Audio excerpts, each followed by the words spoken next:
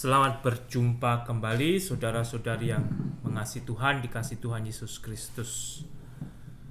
Puji kepada Tuhan untuk hari yang baru bagi kita semua. Saat ini saya akan melanjutkan dari Galatia pasal yang kelima. Mulai dengan ayat yang pertama, saya akan berdoa terlebih dahulu. Bapa di surga, hamba mengucap syukur untuk hari ini. Terima kasih untuk kehidupan yang Tuhan berikan.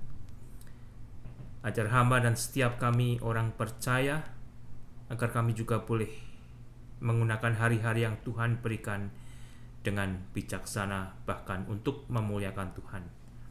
Bapa di surga, berikan berkat-Mu saat ini ketika hamba juga boleh membaca firman-Mu, membagikan firman-Mu, dan kami yang menyimak, berikan berkat sorgawi-Mu. Ampuni untuk segala dosa-dosa kami Bapa, dalam nama Tuhan Yesus hamba boleh berdoa dan mengucap syukur. Amin. Galatia pasal yang kelima, saudara, saya akan melanjutkan ayat pertama. Demikian bunyi firman Tuhan. Supaya kita sungguh-sungguh merdeka, Kristus telah memerdekakan kita. Karena itu berdirilah teguh dan jangan mau lagi dikenakan kuk perhambaan. Saya ulang, supaya kita sungguh-sungguh merdeka, Kristus telah memerdekakan kita. Karena itu, berdirilah teguh dan jangan mau lagi dikenakan kuk perhambaan. Jangan mau lagi Anda diperhamba oleh dosa, gitu ya.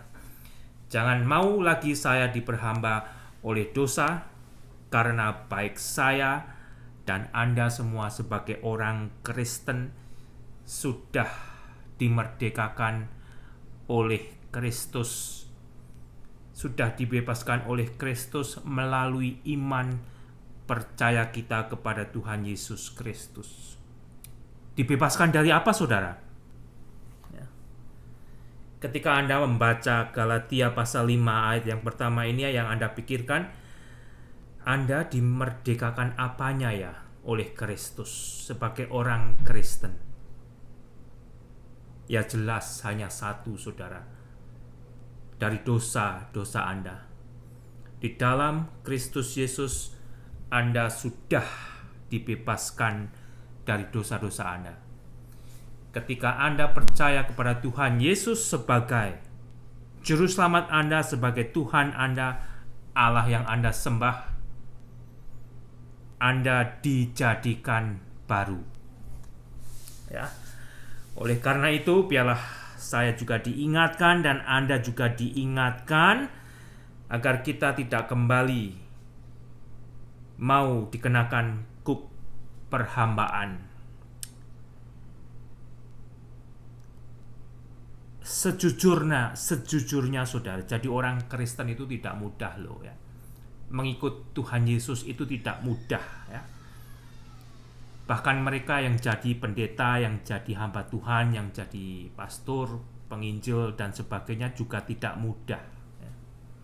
Juga tidak mudah. Tanyalah ya. Dan Anda sendiri bisa bertanya kepada diri Anda sendiri ya. Sebagai orang Kristen, bagaimana kemarin Anda bergumul? Hari ini bagaimana Anda akan bergumul melawan daging Anda, melawan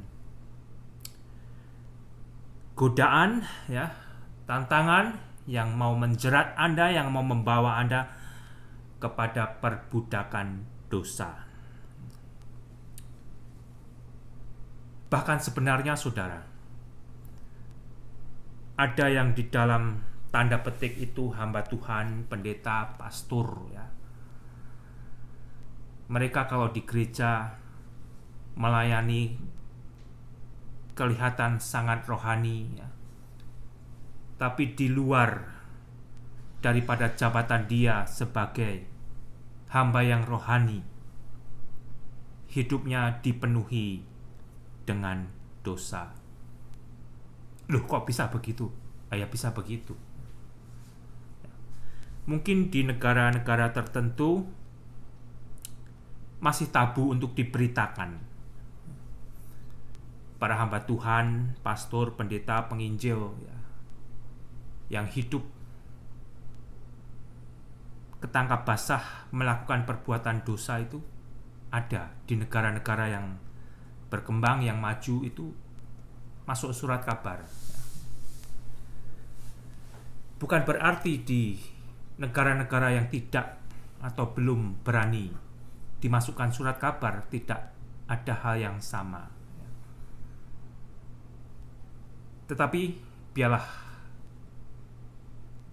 Anda dan saya diingatkan sebagai orang Kristen, kita sudah dimerdekakan dari dosa. Kita sudah dibebaskan dari dosa. Dan itulah sebabnya dan sebenarnya saya dan saudara mau jadi orang Kristen. Karena dosa itu sendiri yang nantinya akan mengganjal saya dan saudara untuk tidak bisa masuk surga.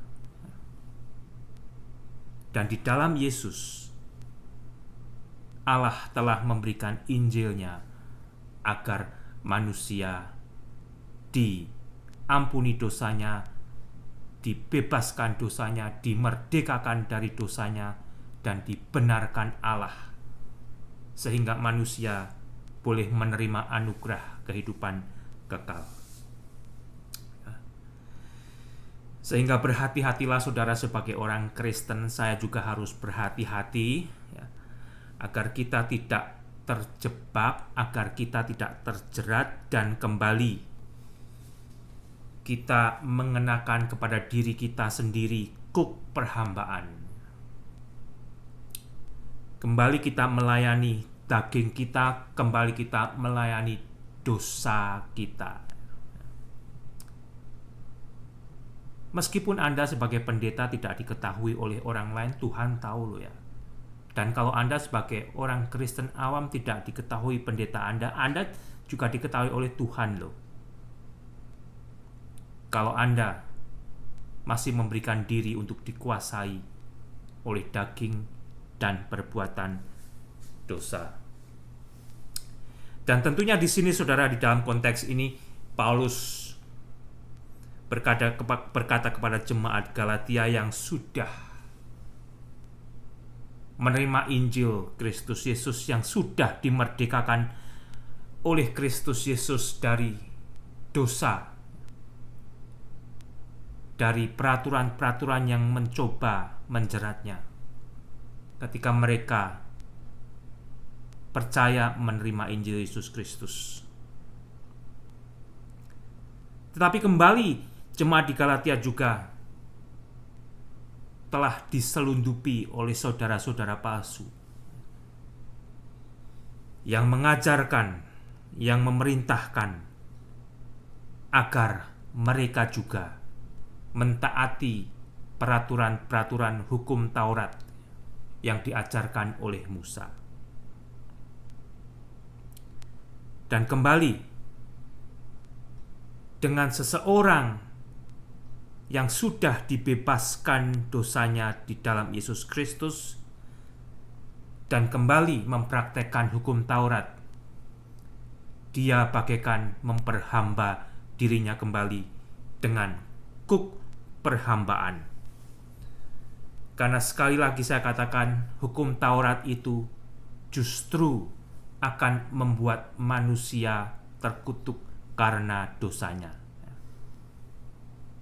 Tuntutan dari hukum Taurat adalah kesempurnaan. Dan tidak ada manusia yang bisa dibenarkan oleh Allah karena melakukan hukum Taurat. Sesungguhnya aku Paulus berkata kepadamu, ayat yang kedua, jikalau kamu menyunatkan dirimu, Kristus sama sekali tidak akan berguna bagimu.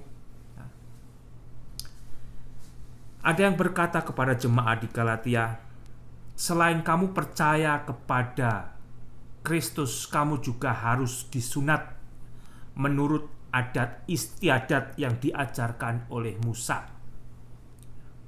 Kalau tidak demikian, kamu belum lengkap dan tidak diterima. Tetapi apa kata Paulus? saudara, sesungguhnya aku Paulus berkata kepadamu. Kembali kalau masalah bicara adat istiadat orang Yahudi dan segala peraturan agama orang Yahudi, Paulus adalah ahlinya. Paulus adalah ahlinya. Paulus di dalam kehidupan lamanya sebagai Saulus yang mempraktekkan hukum Taurat, hidup di dalam hukum Taurat, dia telah menganiaya jemaat Tuhan. Sehingga dia tahu persis apa yang dihadapi saat ini oleh jemaat Galatia. Sehingga kepada jemaat Galatia di dalam suratnya Paulus berkata, sesungguhnya aku Paulus berkata kepadamu, jikalau kamu menyunatkan dirimu, Kristus sama sekali tidak akan berguna bagimu. Mengapa? Mengapa Kristus tidak berguna bagi jemaat Kristen di Galatia? Karena kembali, keselamatan itu hanya ada di dalam Injil Yesus Kristus melalui iman seseorang yang percaya. Kalau ditambahi lagi dengan sunat, jadi artinya percaya kepada Yesus plus sunat, artinya menggagalkan imannya. Tidak ada gunanya Kristus bagi dia, karena dia mencoba mengambil bagian untuk disumbangkan, untuk upaya dia bisa dibenarkan Allah dengan menyunat dirinya. Sehingga kembali saudara, di dalam kitab Galatia ini semoga Anda jelas, lebih-lebih Anda yang masih bingung dan justru masih diajar oleh pendeta Anda, oleh pastor Anda, oleh guru agama Anda, oleh pemimpin Anda, ya. Anda akan bisa masuk surga kalau Anda percaya kepada Tuhan Yesus Kristus ditambah yang lain-lain. Justru itu Anda akan gagal. Seperti perkataan Paulus juga akan berlaku bagi Anda yang demikian. Kristus sama sekali tidak akan berguna bagimu yang demikian. Yang percaya kepada Kristus ditambah A, B, C, D, dan sebagainya. Jangan kira dengan menambah A, B, C, D, dan sebagainya Anda merasa tambah lengkap, tambah mantap.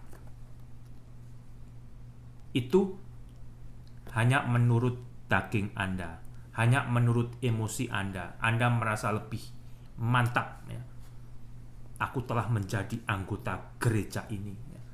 Aku telah memberikan uangku kepada gereja ini. Aku telah rajin melayani dalam gereja ini. Aku telah mengikuti segala sakramen dari minggu ke minggu, dari bulan ke bulan, dari tahun ke tahun. Jadi aku mantap untuk masuk surga. Bukan hanya percaya kepada Yesus saja. Justru Anda akan gagal yang demikian untuk masuk surga. Karena dengan jelas-jelas keselamatan Anda hanya bisa diterima oleh Allah ketika Anda 100% percaya kepada Yesus Kristus. Apa yang sudah Yesus perbuat di atas kayu salib itu sudah cukup, dan hanya itu yang bisa menyelamatkan Anda dan setiap manusia yang mau percaya untuk diberi kehidupan kekal, diberi jalan untuk masuk surga.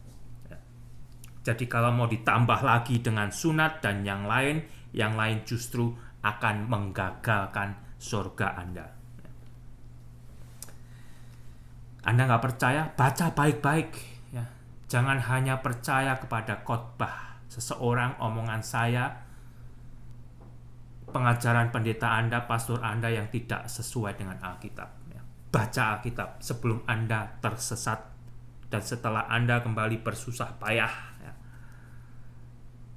Hidup melayani Tuhan dengan emosi Anda, ternyata Anda nggak masuk surga, ya. Jangan terjadi, saudara. Ayat yang ketiga, sekali lagi aku katakan kepada setiap orang yang menyunatkan dirinya, bahwa ia wajib melakukan seluruh hukum Taurat. Kalau hanya sunat aja tidak cukup. Kalau hanya sunat aja tidak cukup. Kalau seseorang mau dibenarkan oleh Allah dengan melakukan hukum Taurat, orang tersebut harus memenuhi segala tuntutan hukum Taurat. Yang detailnya 613 atau berapa, lebih dari 600. Dan tidak boleh lolos satu pun. Harus semuanya sempurna tiap hari, tiap waktu. Jadi jangan kira dengan ditambah sunat Anda tambah mantap. Justru jadi gagal. Dan kalau Anda mau dibenarkan oleh Allah untuk bisa masuk surga dengan jalan disunat, itu tidak cukup. Anda harus melengkapi dengan yang lain. Dengan yang lain. Bahwa ia wajib melakukan seluruh hukum Taurat, seluruh semuanya, saudara. Kalau hanya salah satu atau sebagian, itu justru akan menggagalkan diri Anda sendiri dan diri orang itu yang mempraktekkan demikian. Ayat yang keempat, kamu lepas dari Kristus jikalau kamu mengharapkan kebenaran oleh hukum Taurat. Kamu hidup di luar kasih karunia. Baca sendiri, saudara, Alkitab akan membuat Anda jelas. Bukan karena Anda bergabung kepada sebuah organisasi Anda akan selamat. Bukan. Sehingga kembali saya akan mengatakan, supaya Anda jelas, dan yang marah bisa tambah marah, saudara, ya. Baik Anda Pentakosta, Karismatik, GKI, GKJ, Katolik, dan sebagainya. Kalau Anda ngaku sebagai orang Kristen yang percaya kepada Yesus, Anda hanya akan bisa masuk surga sesuai dengan apa yang sudah diajarkan oleh Alkitab. Bukan yang diajarkan oleh pendeta Anda, pastor Anda, guru Anda yang tidak sesuai dengan Alkitab. Yang sesuai dengan Alkitab yaitu jikalau Anda mempercayakan keselamatan Anda 100% melalui iman Anda kepada Yesus Kristus. Itu aja. Itu aja. Bukan berarti Anda tidak perlu ke gereja. Bukan berarti Anda tidak perlu ikut ambil bagian di dalam pelayanan. Itu sangat perlu. Itu nanti di situ Anda akan dibangun dan bertumbuh. Tetapi kalau bicara masalah caranya agar manusia bisa masuk surga, Anda bisa masuk surga, hanya 100% iman Anda kepada Yesus Kristus itu yang akan membuat Anda masuk surga. Kamu lepas dari Kristus jikalau kamu mengharapkan kebenaran oleh hukum Taurat. Kalau kamu merasa kamu akan masuk surga karena kamu telah disunat atau kamu beribadah di hari Sabtu dan kamu meninggalkan hukum yang lain, ya justru kamu akan menggagalkan surgamu. Surga itu adalah janji yang diberikan Allah melalui kasih karunia Allah kepada manusia di dalam Yesus Kristus. Mudah-mudahan Anda jelas, saudara. Ayat yang kelima, sebab oleh Roh dan karena iman kita menantikan kebenaran yang kita harapkan. Ketika saya dan Anda dan setiap orang percaya kepada Yesus Kristus, sebagai Mesias yang dijanjikan oleh Allah. Kita dilahirkan baru di dalam Roh Kudus. Dan Roh Kudus tinggal saat itu juga bersama setiap orang yang percaya. Jadi kalau saya dan Anda saat ini adalah orang-orang percaya yang diselamatkan di dalam Yesus Kristus, Roh Kudus ada bersama-sama dengan kita. Biarkan Roh Kudus itu bekerja, berkuasa, membentuk saya dan saudara, membuat kita tambah dewasa di dalam iman dan perbuatan. Baik melalui pembacaan Alkitab secara pribadi, mendengarkan khotbah, pergi ke gereja, berdoa, bersekutu dengan saudara yang lain, melayani dan sebagainya, itu adalah sarana agar kita menjadi orang Kristen yang bertumbuh dengan sehat. Dan itu kita lakukan di dalam iman kita kepada Yesus Kristus. Sebab bagi orang-orang yang ada di dalam Kristus, ayat yang ke-6, hal bersunat atau tidak bersunat tidak mempunyai suatu arti. Hanya iman yang bekerja oleh kasih. Kalau Anda sudah disunat, ya tidak masalah. Yang menjadi masalah itu adalah kalau Anda percaya kepada Yesus dan mempercayakan kepada sunat. Kalau Anda sudah disunat, ya tidak masalah. Itu tidak menambah kemantapan Anda untuk bisa masuk surga. Kemantapan Anda untuk bisa masuk surga, Anda hanya harapkan 100% melalui iman Anda kepada Tuhan Yesus Kristus. Itu aja. Itu aja. Dan kalau Anda tidak bersunat, setelah Anda menerima Tuhan Yesus sebagai juru selamat Anda mengalami kelahiran baru. Anda tidak perlu memikirkan untuk disunat guna melengkapi iman Anda. Tidak perlu.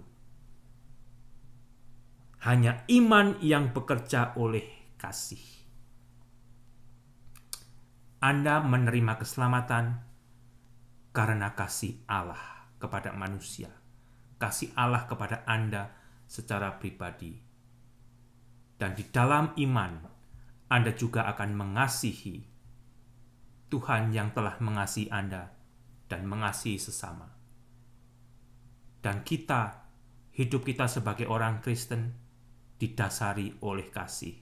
Hidup baru kita didasari oleh kasih. Yang kita harus tumbuhkan. Yang kita juga harus latih. Karena daging kita tidak menyukai, saudara. Daging kita tidak menyukai. Kita diisi oleh egoisme kita, nafsu kita.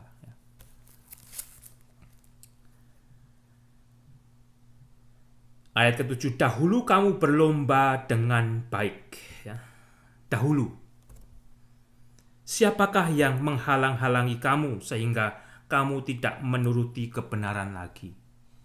Dulu, waktu aku ada bersama-sama dengan kamu, ketika Paulus berada bersama-sama dengan jemaat di Galatia, mereka seolah-olah berpacu di dalam iman kepada Yesus Kristus, bertumbuh melayani.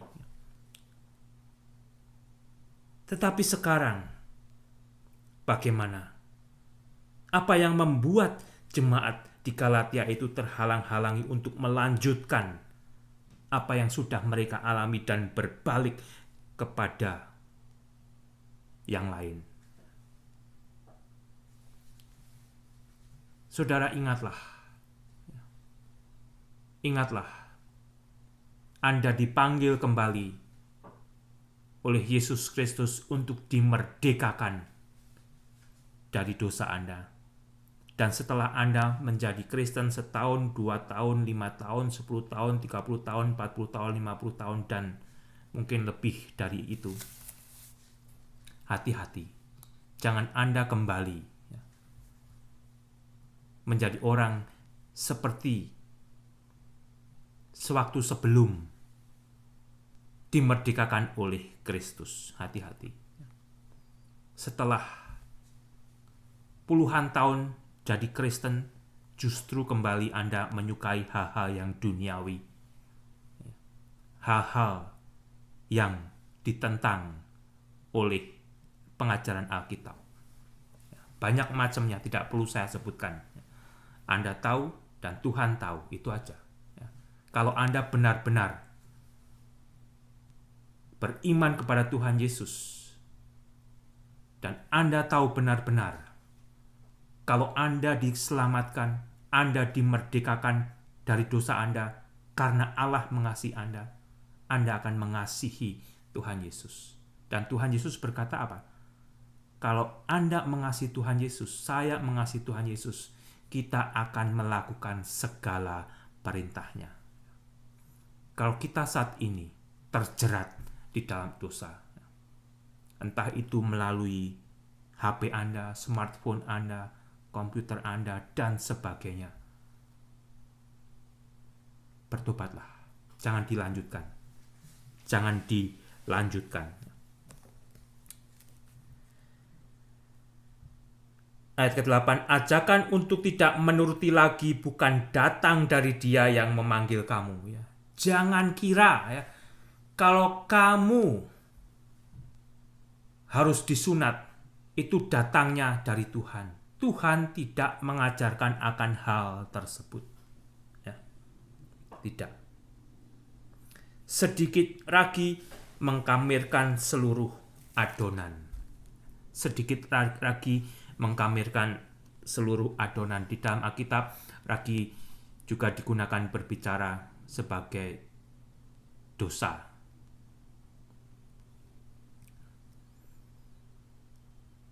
Adonan yang banyak, kalau Anda taruh ragi 1 sendok kecil aja, efeknya kena semua. Kalau Anda percaya dan sudah dimerdekakan oleh Yesus Kristus, Anda tambah sunatnya, atau Anda tambah hari Sabat, gagal semua. Efeknya kena, gagal semua. Demikian juga kalau Anda kembali mencemplungkan diri Anda ke dalam perbuatan dosa, balik jadi koruptor, balik jadi pemabuk, balik jadi pecandu pornografi, dan sebagainya, balik jadi penggosip, dan yang lain-lain. Anda merusak itu semua kembali. Itu hanyalah contoh-contoh yang sederhana, yang lain banyak sekali macamnya. Dan Anda tahu, dan saya yakin Anda tidak demikian. Anda yang mendengar saat ini adalah orang-orang yang memang hidup di dalam kemerdekaan Tuhan Yesus Kristus.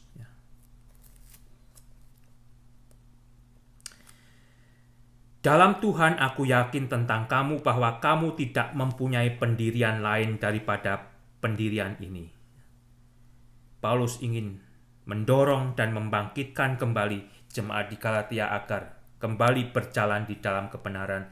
Tetapi barang siapa yang mengacaukan kamu, yang mengajarkan kamu agar kamu harus disunat dan sebagainya, ia akan menanggung hukumannya, siapapun juga dia. Selain orang itu sendiri tidak akan terselamatkan masuk surga karena dia tidak memiliki iman yang menyelamatkan. Dia juga akan menerima ganjaran. Alkitab berbicara tentang level-level penghukuman.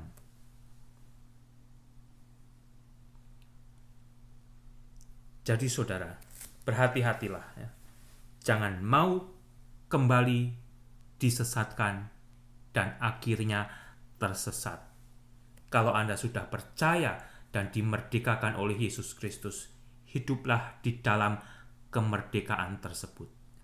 Jangan gunakan kemerdekaan tersebut untuk kembali hidup melayani dosa. Karena Anda dimerdekakan, dibebaskan dari dosa. Itu saudara ya.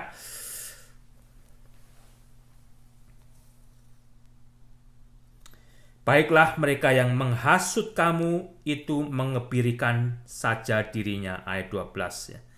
Biarlah mereka ya, menyingkir sendiri, mengebirikan dirinya sendiri sehingga tidak memiliki anak yang baru, ya. Tidak memiliki pengikut yang baru, tidak menyesatkan orang lain. Ya. Saudara-saudara, memang kamu telah dipanggil untuk merdeka, tetapi janganlah kamu mempergunakan kemerdekaan itu sebagai kesempatan untuk kehidupan dalam dosa. Ya. Melainkan layanilah seorang akan yang lain oleh kasih.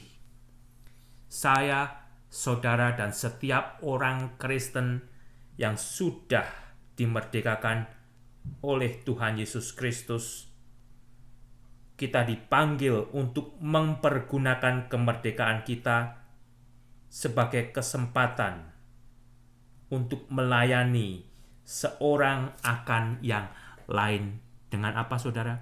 Dengan kasih. Karena kembali, dasar kehidupan baru kita di dalam Yesus Kristus, di dalam Roh Kudus adalah kasih.